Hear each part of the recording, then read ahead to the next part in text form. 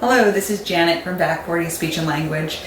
I'm here today to talk about ways you can help your child with expressive language, both spoken and written, through using a variety of apps. So I'm just going to go over a few of the apps and show you different ways that you can use them with your child at home.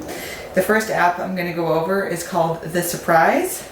So it looks like this application here. Welcome to You're the Storyteller. I'll go through it.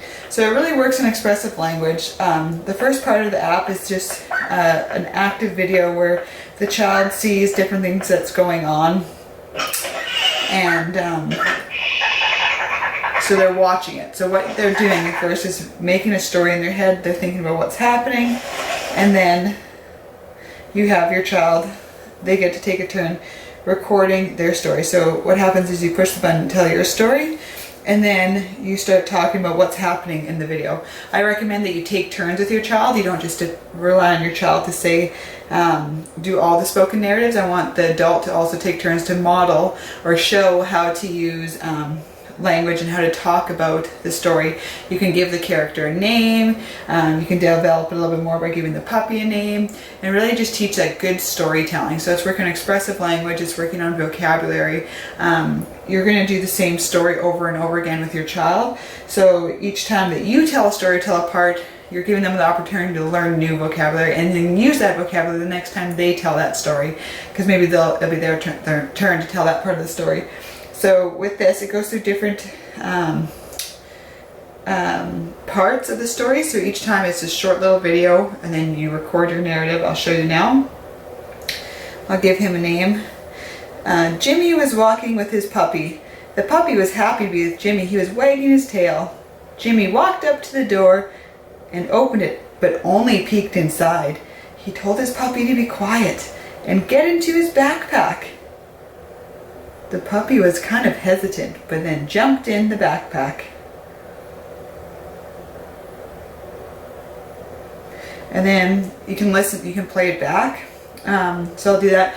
And when you play it back with your child, you can hear some of the errors they maybe used, and then you can repeat back to them while they're listening. So I should have actually made some errors on that. So if you said, him walk into the house, and then you listen to the recording and you play back, yeah, he walked into the house. I like your story. He walked into the house. You just get another opportunity to repeat back to the child the correct version. And you get another chance to actually maybe hear what your child said incorrectly, and gives you something to focus on, really emphasizing whatever grammatical structure they omitted. And there's also questions with these ones. They're really good.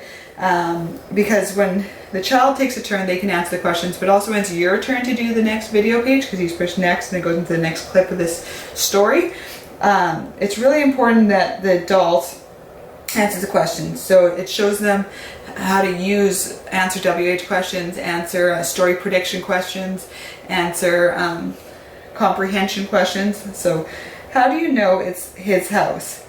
Well, we know it's his house because, and maybe the child says, he walked up to the door, then the adult can elaborate on that. Yeah, we know it's his house because he walked up to the door and he peeked inside. Would you peek inside someone else's house if it wasn't yours? No. So you just help them problem solve and give more elaborate answers. And the more familiar they become with this story, the better they're going to get at it, the understanding of it, and the vocabulary and the use of expressive language. And this is the first part of even writing, is being able to plan and organize a story. So you're working on spoken, but there's also the opportunity here to later, or with older students that have higher literacy skills, to write the story in here. You can write in the story, do a little more planning, so you can type it in.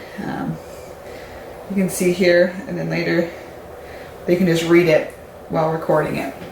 Okay, so there's different options for us with this app. So it's all expressive language, both spoken and written language. It can have both modalities. Okay, then next thing you just move along. It plays it back here for you. But hold on, I'll keep going. Anyways, that's the surprise app. And the next one I want to talk about is Tense Builder. Welcome back to Tense Builder. Okay, so there's different levels on this one. You can talk about future tense verbs, present tense, or past tense, or all verbs, regular or irregular. So regular is going to be easier. It's always from the easiest to most difficult, and then so we can do future tense, so just talking about things that are going to happen in the future, and he will. And you can have a short or long lesson here. Why don't we just go with all and all again.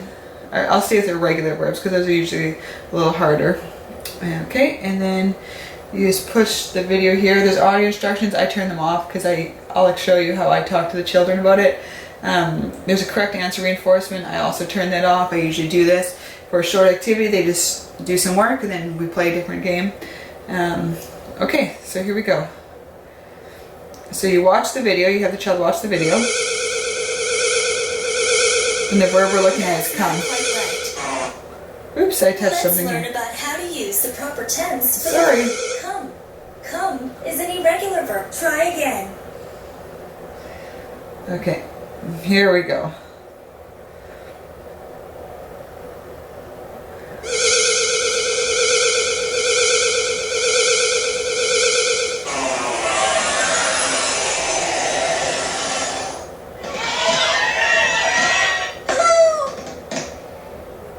Tap on the picture that shows what is happening now.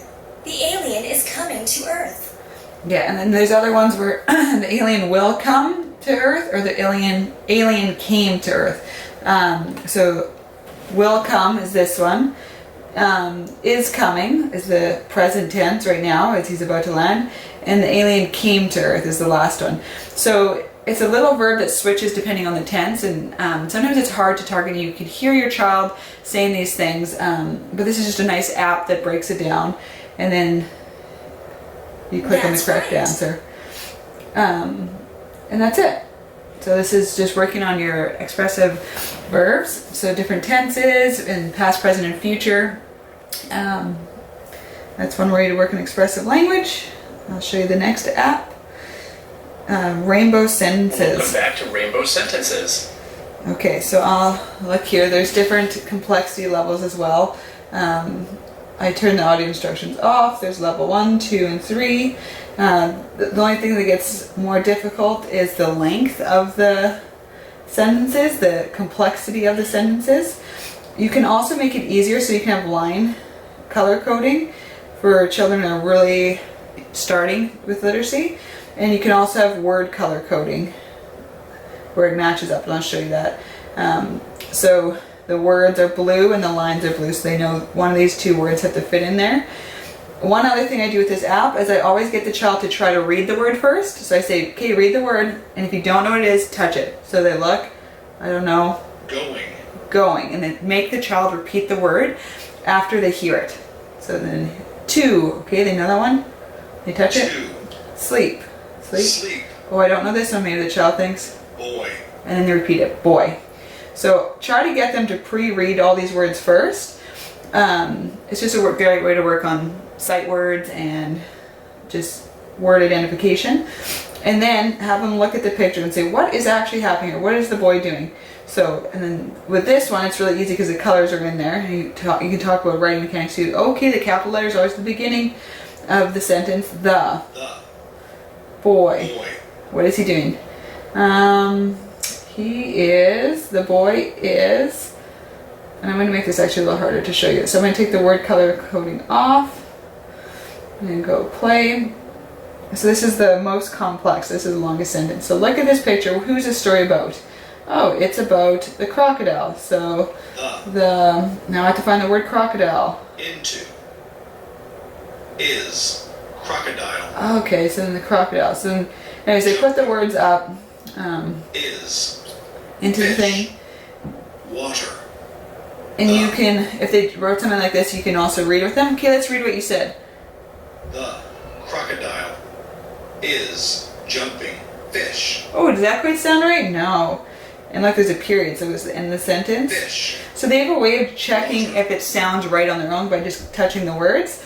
The crocodile is jumping into the water, so he can catch. I'm going to switch these, get them wrong. So at the very end, the child can listen to it. So play to check if he got it right.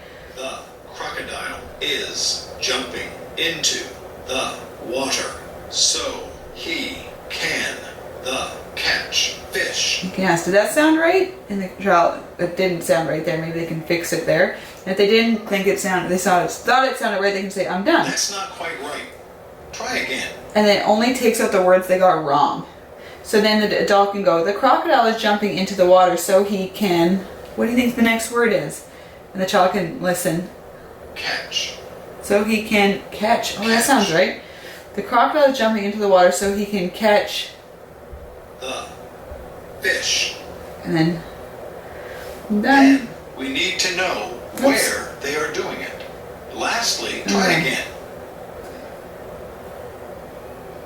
Oh, Fish. Maybe I switched those by accident. Into. I'm done. Now let's record the sentence. And this is one of my favorite parts because they record it after, so they push record and they read what they just wrote. And for children that have low literacy, now they practice these words and they really had a lot of exposure and practice reading them and saying them. And they can also use the picture to help them remember what the words are. The crocodile is jumping into the water so he can catch the fish. So they can record it, and then if they made a mistake when you're listening back, you can hear which word they made the mistake on and say, oh, that word was into if they said in. Okay? It says, the crocodile is jumping into the water so he can catch the fish. The crocodile is jumping into the water. So then you record it. It's pretty neat. And you can take turns doing them as well. Okay, so this one's done. And then the very last app I want to talk about is Expressive Builder. Expressive Builder. It is 3 different levels. We'll start with the first one. I'll show you some of these real quick.